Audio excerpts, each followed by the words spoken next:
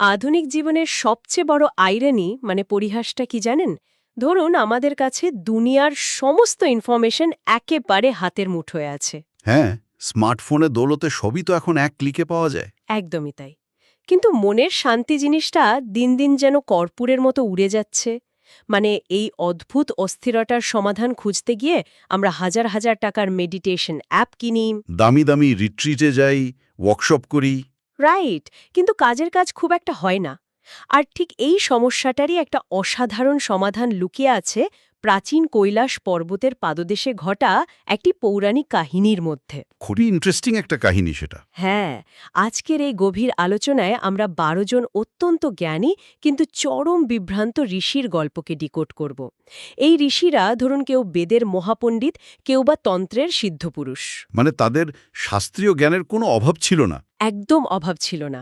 কিন্তু মাসের পর মাস ধরে তাদের মধ্যে একটাই তর্ক চলছিল, শিব কে। কেউ যুক্তি দিচ্ছিলেন তিনি সাকার, কেউ বলছিলেন নিরাকার। আবার কেউ বলছিলেন তিনি কেবলই এক চেতনা। সীমাহীন পাণ্ডিত্য আর অহংকারের পাহাড়ে বসে তারা কেবল তর্কই করছিলেন। ঠিক, কোনো সিদ্ধান্তে আসতে পারছিলেন না।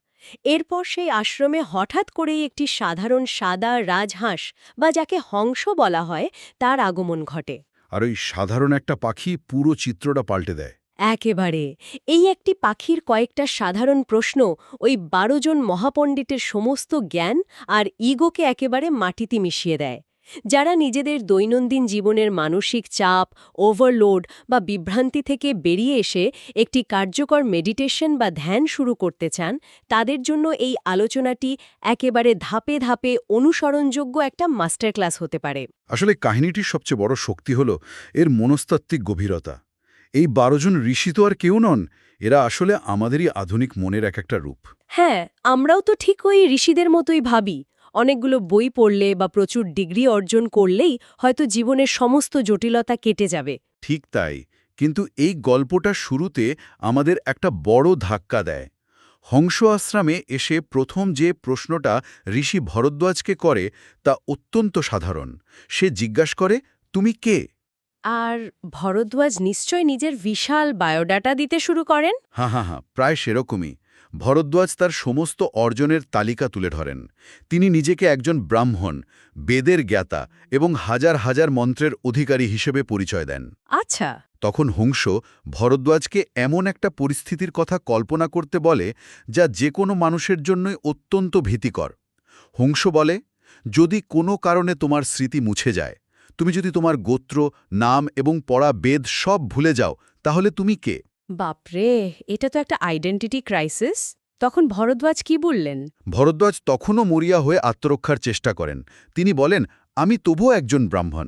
কিন্তু হংস তাকে মনে করিয়ে দেয় যে ব্রাহ্মণ তো কেবল সমাজের দেওয়া একটা কাঠামো বা স্থান। যদি সমাজ জিনিসটাই না থাকে, তাহলে তার এই পদবীর কোনো অস্তিত্বই নেই। লজিকটা তো অকাট্য। হ্যাঁ, আর এই চরম সত্যটা উপলব্ধি করার পর ভরদ্বাজ হাউ হাউ করে কেঁদে ফেলেন। এই কান্নার জায়গাটা একটু আনপ্যাক করা যাক। কারণ বাইরে থেকে দেখলে মনে হতে পারে যে তিনি তর্কে হেরে গিয়ে কাঁদছেন। কিন্তু বিষয়টা তো তা নয়। না, তর্কে হেরে যাওয়াটা এখানে মূল বিষয় নয়। আমার মনে হয় ধ্যান বা মেডিটেশন করতে বসার একেবারে প্রথম সমস্যাটা এখানে লুকিয়ে আছে। আমরা যখন চোখ বন্ধ করি, আমাদের মস্তিষ্ক যেন একটা সিভি বা সোশ্যাল মিডিয়া প্রোফাইল আমাদের সামনে খুলে ধরে। একদম ঠিক বলেছেন। আমরা সবসময় আমাদের চাকরি, আমাদের স্ট্যাটাস বা ব্যাংক ব্যালেন্সের পরিচয়ে আটকে থাকি। রাইট। হংস যেন এখানে ভরদ্বাজকে দিয়ে আমাদের শেখাচ্ছে যে মেডিটেশনের প্রথম শর্তই হল নিজের সমস্ত টাইটেল আর পদবি দরজার বাইরে জুতোর মতো খুলে রেখে আসতে হবে। খুব সুন্দর একটা উপমা দিলেন। কিন্তু আমার একটা প্রশ্ন আছে, এই পরিচয়গুলো আঁকড়ে ধরে রাখার মধ্যে ক্ষতিটা কি? আমি যদি সারা জীবন কষ্ট করে একটা ক্যারিয়ার তৈরি করি, তাহলে সেই পরিচয়ে বাঁচতে সমস্যা কোথায়? সমস্যাটা হলো ওই পরিচয়ের ভঙ্গুরতা। ক্যারিয়ার, স্টেটাস বা ব্যাংক ব্যালেন্স, এগুলো সবই বাইরের পৃথিবীর ওপর নির্ভরশীল। সমাজ, অর্থনীতি বা অন্য মানুষের আচরণের ওপর এগুলোর অস্তিত্ব টিকে থাকে। আচ্ছা, বুঝতে পারছি। একজন মানুষ যখন নিজেকে পুরোপুরি একটি নির্দিষ্ট পদবি বা সম্পর্কের মধ্যে সংজ্ঞায়িত করে ফেলেন, তখন ওই পদবিটা কোনো কারণে হারিয়ে গেলে তার নিজের অস্তিত্বই হুমকির মুখে পড়ে যায়। তখন তার আর কিছুই অবশিষ্ট থাকে না। ঠিক। ভরদ্বাজের কান্নার কারণ তর্কে হেরে যাওয়া নয়, তার কান্নার কারণ হল এক ভয়ঙ্কর শূন্যতা অনুভব করা। তিনি বুঝতে পেরেছিলেন যে সারা জীবন তিনি যে খোলসটাকে নিজের আসল সত্তা বলে ভেবে এসেছেন সেটা আসলে একটা মিথ্যে আবরণ মাত্র। ভেতরে তিনি সম্পূর্ণ রিক্ত। হ্যাঁ, ধ্যানের প্রথম ধাপ হল এই উপলব্ধি করা যে আমরা আমাদের তৈরি করা কোনো গল্প বা সোশ্যাল মিডিয়া প্রোফাইল নই। কিন্তু এখানেই তো আর একটা বড় সমস্যা তৈরি হয়। ভরদ্বাজ যখন ভেঙে পড়লেন তখন অন্য আর একজন ঋষি মানে কশ্যপ তিনি খুব আত্মবিশ্বাসের সাথে একটা উত্তর দিলেন। হ্যাঁ, কশ্যপ ভেবেছিলেন তিনি আসল উত্তরটা জানেন। তিনি বললেন, আমি জানি আমি কে, আমি হলাম আত্মা, আমি ব্রহ্ম। আমরা যারা একটু আধ্যাত্মিক বইপত্র পড়ি তারা তো এই উত্তরটাই দিই, তাই না? হ্যাঁ, সচরাচর এটাই বলা হয়। কিন্তু হংস কশ্যপকেও থামিয়ে দিল। হংস তাকে বলল, ঘোষণা করো না, কেবল হয়ে যাও, মানে ডোন্ট ডিক্লেয়ার, জাস্ট বি। এই বিষয়টা আমার কাছে বেশ বিভ্রান্তিকর মনে হয়েছে। কশ্যপ তো সঠিক উত্তরটাই দিয়েছিলেন, তাহলে তাকে বাধা দেওয়ার পিছনের যুক্তিটা কি ছিল? যুক্তিটা অত্যন্ত সূক্ষ্ম এবং গভীর। ধরুন, যখন একজন মানুষ উচ্চারণ করে বা ঘোষণা করে যে আমি আত্মা, তখন তার মনের ভেতরে অজান্তেই দুটো আলাদা সত্তা তৈরি হয়ে যায়। দুটো সত্তা? সেটা কিভাবে? একটা হলো সেই আমি, যে কথাটা বলছে বা নিজেকে প্রমাণ করার চেষ্টা করছে, আর অন্যটা হলো সেই আত্মা যাকে সে চেনার দাবি করছে। কিন্তু চূড়ান্ত সত্যের তো কোনো দ্বৈতরূপ বা ডুয়ালিটি নেই। ও, তার মানে সে নিজেকেই নিজে বোঝাচ্ছে? বারবার মনে করিয়ে দেওয়ার কোনো প্রয়োজন নেই। বলার অর্থই হলো সেই মানুষের ভেতরে এখনও সন্দেহ রয়ে গেছে। সে আসলে শব্দ দিয়ে নিজের মনকে সান্ত্বনা দিচ্ছে। একদম। কশ্যপের সমস্যাটা ছিল স্পিরিচুয়াল ইগো বা আধ্যাত্মিক অহংকার। তিনি ভেবেছিলেন বাইরের পরিচয় ত্যাগ করে একটা আধ্যাত্মিক লেবেল গায়ে জড়ালেই হয়তো কাজ হয়ে যাবে। তার মানে নিজের তৈরি করার সমস্ত জাগতিক খোলস তো ভাঙতেই হবে, এমনকি আমি খুব ধার্মিক বা আমি খুব শান্ত এই ধরনের আধ্যাত্মিক লেবেলগুলো ছুঁড়ে ফেলতে হবে। কোনো লেবেলই রাখা যাবে না। ওকে, ধরে নিচ্ছি আমরা এই পরিচয়ের মোহ ত্যাগ করলাম, কিন্তু এরপর তো আমরা একটা সম্পূর্ণ ফাঁকা জায়গায় এসে দাঁড়াই। যখন বাইরের কোনো পরিচয় থাকে না, তখন মানুষ তার নিজের মাথার ভেতরে চিন্তার মুখোমুখি হয়। আর তখন মনে হয় যেন মাথার ভেতরে একটা বাজার বসেছে, হাজারো চিন্তা ঘুরপাক খায়। ঠিক, ঠিক। এই পর্যায়টা নিয়েই বোধহয় হংস তার পরবর্তী প্রশ্নটা করেছিল, জানার প্রক্রিয়াটি কে করছে বা আসল জ্ঞাতা কে? হ্যাঁ, পরিচয়ের আবরণ সরে যাওয়ার পর মানুষের মনস্তত্ত্বের সবচেয়ে গভীরে প্রবেশ করে এই প্রশ্নটা। ঋষিরা যখন এর উত্তর খোঁজার চেষ্টা করেন, তখন আমরা আমাদের নিজেদের মনের গঠনটা স্পষ্ট বুঝতে পারি। তখন কে কি উত্তর দিলেন? ঋষি গৌতম দাবি করেন যে মন হল সেই জ্ঞাতা, মনই সবকিছু জানে। কিন্তু হংস পাল্টা প্রশ্ন করে, যখন তুমি উপলব্ধি করো যে তোমার মন শান্ত বা অশান্ত, তখন তো তুমি দূর থেকে তোমার মনকে পর্যবেক্ষণ করছো। তাহলে সেই দেখার কাজটা কে করছে? অসাধারণ একটা পয়েন্ট। মনকে তো কেউ একজন দেখছে। একদম। এরপর ঋষি বিশ্বামিত্র বলেন যে আমাদের বুদ্ধি সবকিছু দেখে। হংস আবারও প্রশ্ন তোলে, বুদ্ধির নেয়া সিদ্ধান্তটা সঠিক নাকি ভুল সেটা কে যাচাই করে? মানে বুদ্ধিও চূড়ান্ত জ্ঞাতা নয়? না। এই দীর্ঘ বিতর্কের পর অবশেষে ঋষি কশ্যপ বলেন, এটা হলো সাক্ষী বা উইটনেস, যে সবকিছু দেখে কিন্তু নিজে কোনো কিছুতে জড়ায় না। আর ঠিক এখানে হংস এমন একটা কথা বলে যা সত্যিই ভাবিয়ে তোলে। হংস বলে যে যখনই আমরা সেই সাক্ষীকে ধরার বা সংজ্ঞায়িত করার চেষ্টা করি, তখনই সে একটা বস্তুতে পরিণত হয়। কারণ যে দেখছে সে তো কখনো দৃশ্য বা দেখার বস্তু হতে পারে না। ঠিক তাই। এই বিষয়টা বোঝাতে গিয়ে কাহিনীতে একটা পুকুরে পাথর ছুঁড়ে দিয়ে ঢেউয়ের যে উদাহরণটা দেওয়া হয়েছে সেটা বেশ প্রচলিত। হংস বলে, পাথর পড়ার পর ঢেউ আসে এবং চলে যায়, কিন্তু পুকুরের জল একই থাকে। চমৎকার একটা মেটাফর। কিন্তু বাস্তব জীবনে কি এটা এত সহজে কাজ করে? ধরুন, কাল সকালে অফিসে আমার একটা বিশাল প্রেজেন্টেশন আছে, আর আমার মারাত্মক প্যানিক অ্যাটাক হচ্ছে। খুব স্বাভাবিক একটা পরিস্থিতি। আমি তো তখন নিজেকে ওই পুকুরের শান্ত জল বলে ভাবতে পারি না, আমি তো ঢেউয়ের তোড়েই ভেসে যাই। তাহলে এই সাক্ষী হওয়ার মেকানিজমটা আসলে কাজ করে কিভাবে? এটা খুব প্রাসঙ্গিক একটা জায়গা। আমরা যখন প্যানিক করি বা অতিরিক্ত দুশ্চিন্তা করি, তখন আমাদের স্নায়ুতন্ত্র বা নার্ভাস সিস্টেম রিয়্যাক্ট করতে শুরু করে। আমরা ভুলটা করি কোথায় জানেন? কোথায়? আমরা ওই দুশ্চিন্তাটাকে থামানোর জন্য তার সাথে লড়াই করতে শুরু করি। আমরা ভাবি ধ্যান মানে মনকে শূন্য করা বা চিন্তাকে জোর করে চেপে দেওয়া। হ্যাঁ, আমরা তো চিন্তাকে ব্লক করারই চেষ্টা করি। কিন্তু চিন্তাকে দমন করার চেষ্টা করলে তো মনের ভেতর আরও বেশি সংঘাত তৈরি হবে, পুকুরের জল আরও অশান্ত হবে। হংস বোঝাচ্ছে যে ভয়, রাগ বা দুশ্চিন্তা এগুলো সবই জলের ওপর ওঠা ক্ষণস্থায়ী ঢেউ। ঢেউয়ের স্বভাবই হলো ওঠা এবং মিলিয়ে যাওয়া। আচ্ছা। সাক্ষী বা উইটনেস হওয়ার অর্থ হল সেই ঢেউয়ের সাথে লড়াই না করে কেবল তাকে পর্যবেক্ষণ করা। যখন কোনো মানুষ বুঝতে পারে যে সে ওই ক্ষণস্থায়ী অনুভূতিটা নয়, বরং সে হল ওই অনুভূতির পেছনের নীরব দর্শক, তখন স্বয়ংক্রিয়ভাবেই তার নার্ভাস সিস্টেম শান্ত হতে শুরু করে। কারণ সে তখন দুশ্চিন্তার আগুনে আর ইন্ধন যোগায় না। একদম ঠিক। এই কনসেপ্টটাকে যদি আমরা আজকের দিনের একটা উদাহরণের সাথে মিলাই, তাহলে বিষয়টা কি অনেকটা স্মার্টফোনের স্ক্রিন আর অ্যাপ্লিকেশনের মতো? দারুণ একটা তুলনা। বলুন তো ব্যাপারটা কিভাবে মেলাবেন? ধরুন আমি হলাম ওই ফোনের স্ক্রিনটা, আর আমার মনের ভেতরে আসা চিন্তাগুলো হলো এক একটা অ্যাপ। কখনো হয়তো সোশ্যাল মিডিয়া অ্যাপ খুলছে, কখনো নিউজ অ্যাপ খুলছে, কখনো বা গেম চলছে। বাহ, চমৎকার। স্ক্রিনের উপর দিয়ে কত কিছু ঘটে যাচ্ছে, কখনো ভালো খবর, কখনো খারাপ খবর। কিন্তু যখন আমি অ্যাপগুলো বন্ধ করে দিই, তখন স্ক্রিনটা কিন্তু আগের মতোই সম্পূর্ণ পরিষ্কার থাকে। কোনো অ্যাপই স্ক্রিনটাকে স্থায়ীভাবে পরিবর্তন করতে পারে না। আমাদের আসল সত্তা বা সাক্ষী কি ওই স্ক্রিনটার মতোই?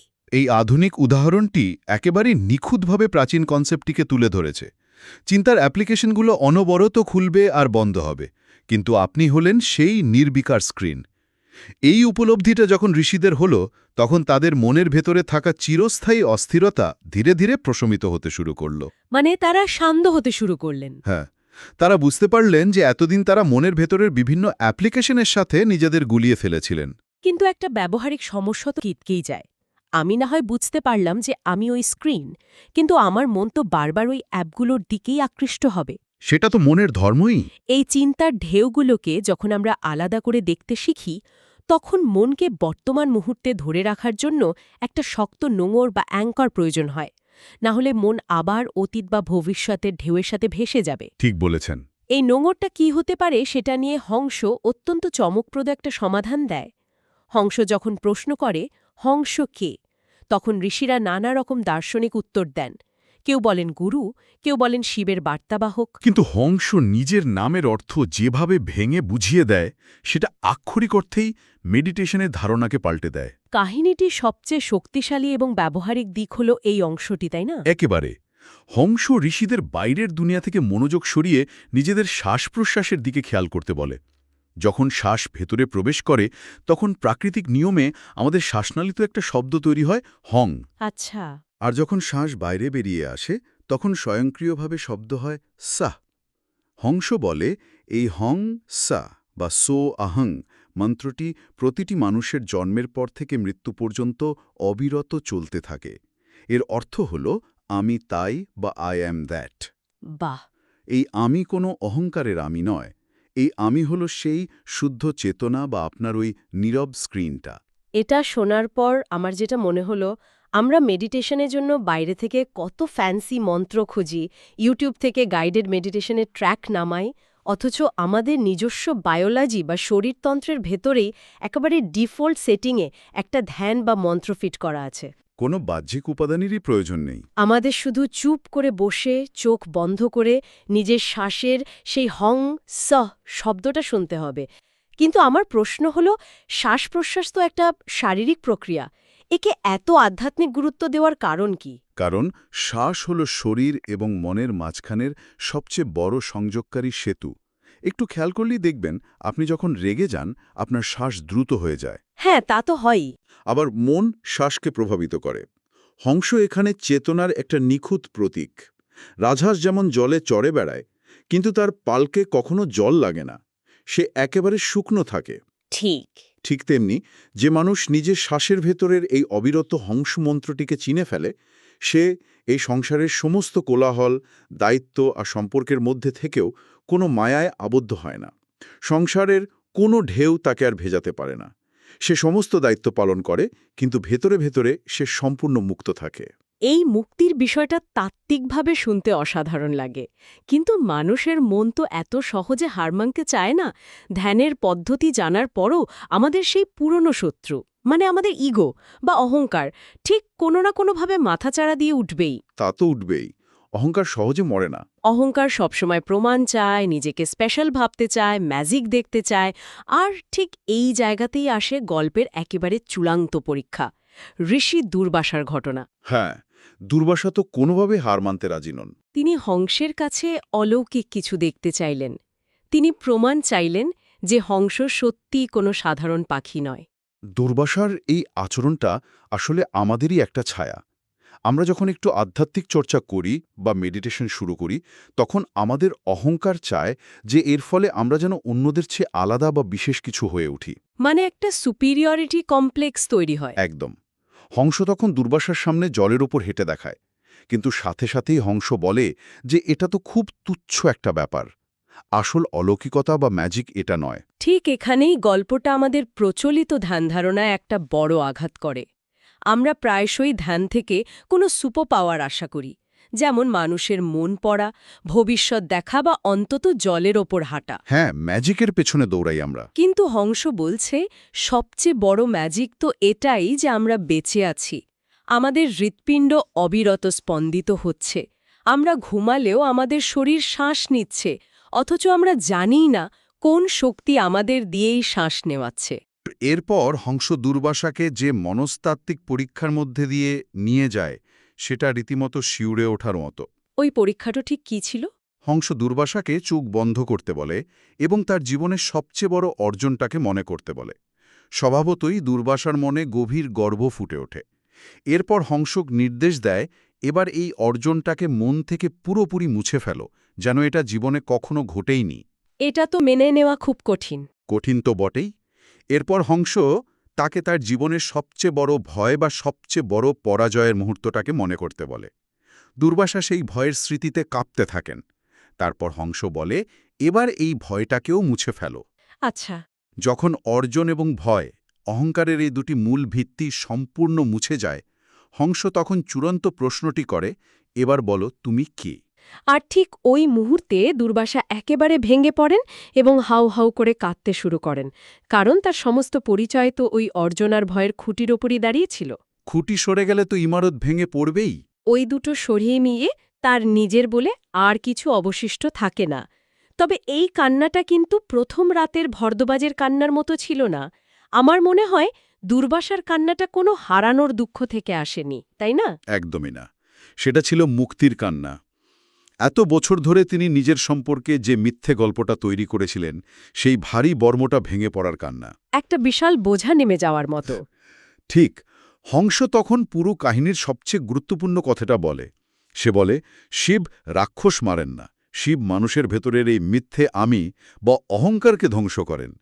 ধ্যানের চূড়ান্ত লক্ষ্য কোনো জাদুকরী ক্ষমতা লাভ করা নয় বা আকাশে ওড়া নয়। ধ্যানের আসল লক্ষ্য হল নিজের এই মিথ্যে গল্পের খোলস থেকে বেরিয়ে এসে মুক্তি লাভ করা। ঠিক তাই।